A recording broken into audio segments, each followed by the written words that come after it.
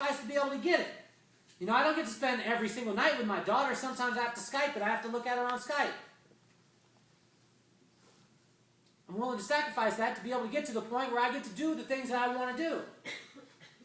Where I get to go and build sandcastles with my daughter. I was thinking about it on Super Bowl Sunday. We're actually going to go out to San Diego. We're going to build sandcastles. You know what we do after sandcastles? I taught her. I love it. She's not a boy, but I taught her some boy stuff. I said, you build a sandcastle, baby. She said, what do we do afterwards, Daddy? I said, you stamp it. But it must suck for the kids in her school because they build sandcastles. She's like, ha-ha, stamp. What are you willing to sacrifice? Are you sometimes willing to sacrifice your attitude? Are you sometimes willing to sacrifice the fact that this ain't me? Are you willing to do something to be able to get yourself to the point that isn't, oh, this isn't a part of my personality. That's just not who I am. There's a lot of things that I've done that isn't who I am. There's a lot of things that a lot of people in these places, Sarah, there's a lot of things that she's had to do to be able to get to the point where she's at, that she wasn't like, oh, wow, I'm loving every single aspect of it. No, there was times where she had to get in the gym. You got to understand, my dad says it all the time. Everybody wants to be in the Super Bowl of their life, but not many people want to get in the gym. Everybody says that I want to be this and I want to be that, but then when you call them at 6 o'clock in the morning and say, hey, meet me at the gym for 45 minutes, they ain't going to be there. Does that make sense? I've been having some internal battles. The internal battle that I've been having is we have some old-fashioned donuts in the back of the room. I've walked by them a lot today, Jen. A lot. And they're my favorite. That's what makes me happy. Honestly. I left a note for you guys the other day. I got you old-fashioned donuts, little donut holes, not because you like them, because I like them. And I left it with a little note. This makes me happy. Hopefully it'll make you happy too. And I've had a struggle every single time that I've been in the back because they have some little, they look good. I can even describe them. They're about this big. They're frosted over the top, old-fashioned. They got some ridges in the top of them, a little smooth on the side, smooth on the bottom. Just sexy. I just look at them, you sexy. And I walk past them. I haven't walked past them like this and said, I saw them. I walk past them like this. And then I walk past them this way. And I've been back and forth all day, and I've been looking at them. I've been like, damn, those look good. I want just a taste, just a little something. You know what I mean? But I have to ask myself, I've wanted to change my eating habits, and is changing my eating habits having one of those donuts? It's sexy too. I look at it, honestly, like this may sound nasty, but I just want to make love to that damn donut. Because I haven't had one in a while. I look at it and I'm like, man, you know what? I could do a lot for you, donut. Like if you come with me, then I'll just give you a life that you've never had. In my belly. And it's been rough. It's been a struggle. And that's just as minor of a little sacrifice. But what are you willing to sacrifice? When I say that, are you willing to sacrifice your attitude? Are you willing to sacrifice your personality? Are you willing to sacrifice the fact that maybe you aren't an outgoing person? But you know what? There's an outgoing industry. Knock, knock. Are you home? It's not one of those ones where you, I'm just going to wait for people that, I'm not trying to be glitz and glam. I'm not trying to be out there. I'm just trying to have people come to me. Okay. They'll probably come to you, you'll probably meet them while you're standing on the unemployment line. But what are you really, truly willing to sacrifice? And are you really willing to sacrifice it? If you're willing to say, it's very easy to set goals. It's very easy to say, I want to do this. But are you willing to step out there and do that thing? Some people said to me, they were asking the other day, oh, wow. My guest asked me, oh, wow, you're opening a third salon. Oh, you're going to be pulled in so many directions. How are you going to be able to do it? I'm going to do it. The reason why is because we have a mission. We want to open a salon in every city where there's a Paul Mitchell school. It doesn't mean that I'm going to be physically present in every single one of them, but it means that we want to have them. And we want to create opportunities for every single one of these people, because I think every single one of these people that I work with is great. And I think that every one of them could lead their own team. And we're going to go after it. And it doesn't mean that I'm willing to sacrifice every lick of my family, but it means that I'm willing to sacrifice a hell of a lot right now, because I got a lot of energy. I still got a lot of energy while I'm going. But there's going to be a day, I got to think right now, I got about 9 years of relevancy in this industry. 9 years. Because I am not going to be that old dude, dressed up, dreadlocks hanging. You know what I'm saying? Like, I'm not going to be that guy. I told my wife, when I'm that guy, just tell me, and I will stop. Because you've seen that guy. You've been in the mall and seen that dude. Just like, oh, I'm trying to be cool. He just got Ed Hardy last week. You know what I'm saying? Some of you are like, oh, I did too. But you have to ask yourself, what are you willing to sacrifice? The next one that we go to, is it worth it? Now, for me, I got to work smarter and not harder. I can't travel around. I mean, if we have 100 salons, that would mean I visited 2 salons a week, 50 weeks out of the year, and I was never home. That's not worth it to me. So I got to create systems to be able to put these guys in play and say, hey, look, Jenny, you got to have a salon. Chantel, you got to have a salon. Fran, you got to come back to work. Coley, you got to have a salon. Latanya, you got to have a salon. Brad, you got to have a salon. Roxy, you got to have a salon. Gina, you got to have a salon. Justin, you got to have a couple salons. Chet, just keep the beard.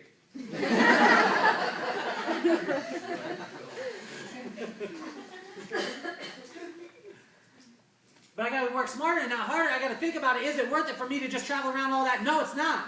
Because then I would be away from my family all the time. But it doesn't mean that I can't still have the goal and still go towards the goal. It just means I have to get a little bit smarter in my head and say, look, I got kids with fresher legs than me. Tara, we need a salon. Most likely in Tara's going to be like, yay, I'm going to get all my family to come. Well, there probably won't be electricity in it. People will be standing over the top and just blowing hair dry.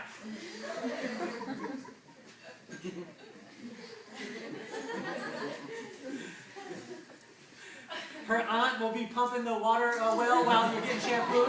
What's that squeaking noise? Oh, don't worry about it. That's boom paw back there.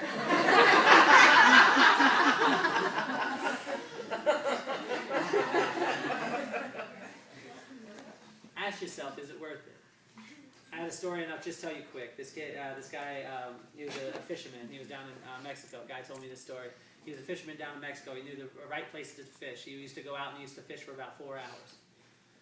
When he would go out to fish for 4 hours, he had this fishing spot where he would get all the fish. He would bring in so many fish that people were just crazy about him. He would bring it in. He would sell off some of the fish. He would keep some of the fish to be able to feed his family, and he would be back. He would leave out at about 6 in the morning, and he'd be back about 10. By 12 o'clock, he was back with his family. They had food to be able to eat. They had a little bit of money to be able to pay the mortgage, and he would sit and play music with his kids, and he would watch them play in the water. Well, then a person saw him. They were some sport fishermen were down in that area. They saw him coming back, and he had the most fish out of anyone. And the sport fisherman said, hey, can you take me to that place? He took him for the first time. He brought him back. They caught all this fish. They said, oh my gosh, I see all this opportunity. This could be amazing. Why don't we, we'll fund all the boats. We could buy all kind of boats. We could go to these places. We could sell, and we'll be all around the world. And the guy said, well, why would we do all this? He said, because what we'll do is we'll catch all these fish, we'll do all this stuff, we'll make all this money, and then it'll probably take us about 2 to 3 years of hard work, and you'll probably be away from your family for a little bit, but once we get all this set up, then we'll be able to sell it for millions and millions of dollars. And the guy was like, and then what? And he said, and then you're going to be able to spend as much time with your family as you want. And the guy looked at him and said, I already do that every single day. And I don't have to take the 2.5 years away. I don't have to take all and sacrifice all that amount of time. I've got it right now. And I may not have the hugest amount of everything, but you know what? Why would I work that hard to then end up in the same exact situation that I'm at now when I get to spend time with my family anyway? Sometimes it's about thinking on a different plane, thinking of it at a different rate, as opposed to trying to blow it out of the water. Sometimes it's about just taking it slow, taking it a little bit slower, and really digesting that part and really enjoying the ride while you're in it. Next one that we go to, are you prepared to grab it? People talk about success, they want success, they get ready, they're, I want it, and they say, is it worth it? Yes, it's worth it, I want it, and then it's right next to them. I don't know. I don't really know how to enter the conversation. I don't know how to talk to her. We have a director in our salon. A director. A really, really top name director that Sarah does his hair. It's amazing because he's right here. He's right in Vegas. And he does so much production, does so many things that a lot of my crew wants to be able to do. But it took me the time of 5-10 minutes to walk over and have a conversation with him to find out what it was that he did. And when we started talking about it, then he told me, I said, if there's anything that you ever need, then let me know. And he said, you know what we could do is we maybe could have a couple of your kids come through and just assist as far as tech on set, because set hair and regular hair is different things. I've got a time frame that I need to work on, but if that would be something that you'd be willing to do, then I would love to be able to get you involved. And it's right here. I got two hands raising. Oh, me, me, me. And what I want you guys to understand is that's available to you. You never know where that guest is, and we've got to make those relationships. We can't be in the back room. We can't be sitting and and having lunch back there while there's one guest out in the salon. We got to wrap them around with love, find out where they're at, find out what they do. And I tell you, building the relationships. I just got to meet the kid Quinn last night at the bowling alley. But I love to bowl. What better to know somebody who works at the bowling alley? And finding out the kid has bowled 45 300 games.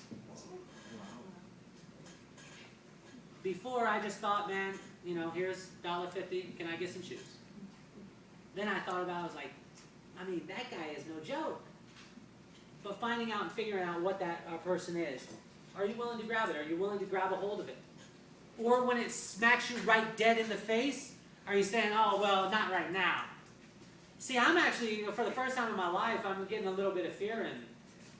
Not that I haven't had fear in my life, but I'm getting a little bit of fear for the first time in a long time. The reason why, because there are so many things happening right now. There are so many things that I actually called my parents the other day, and I said, I need you to pray for me. They're like, okay, what's happening, son? You okay? I said, I need you to pray for me because I got a lot of stuff happening right now. I got a lot of stuff happening. And there's a whole lot of stuff that's going to happen within this year. But I need help. Because I can't do this stuff. I can't do it on my own.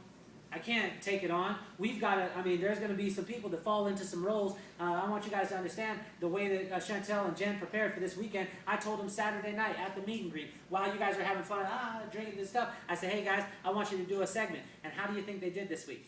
An incredible job, yeah? Are you willing, are you prepared to be able to grab it? Do you have the hands? Do you have the grip? Have you worked out in your hands that when you grab a hold of it, that you aren't going to be able to let it go? It's not going to slip out of your hands. Because a lot of times you have one shot. A lot of times you have one shot for that particular time. And if you're willing to go reach out and grab a hold of it, sometimes it's not about just grabbing it, but are you willing to be able to hold on to it? Do you have the strength? Have you prepared yourself? Have you thought through that? Have you thought through if Jean Paul calls you tomorrow and says, hey, I need you to do this? Have you thought through it? What are you going to do? Next one. What will you do when you possess it? I love the song that's the, I want to be a billionaire so freaking bad. I don't like the song, and when I listen to it, it's like, and all the stuff that he would do. And I want you to understand, if you won't do it when you're broke, you won't do it when you're wealthy. You won't.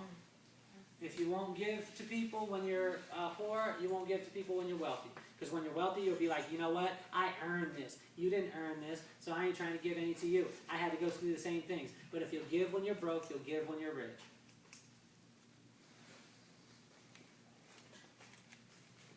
It goes right in line with why do you want it? Why do you want success? What's the reason for it?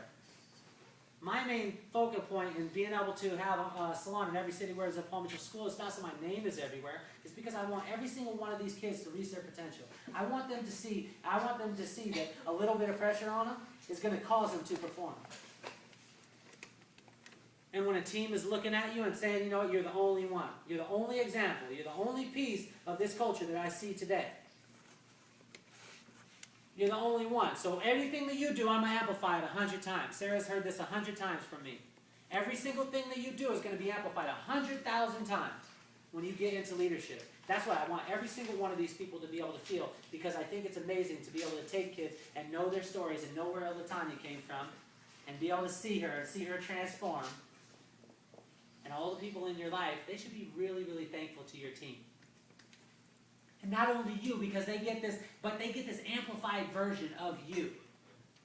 Because I remember the girl who couldn't scream, couldn't talk over the top, and was just like, and she was just like Gina. Until she got to a point where she was, but she was blow drying. Why am I doing this?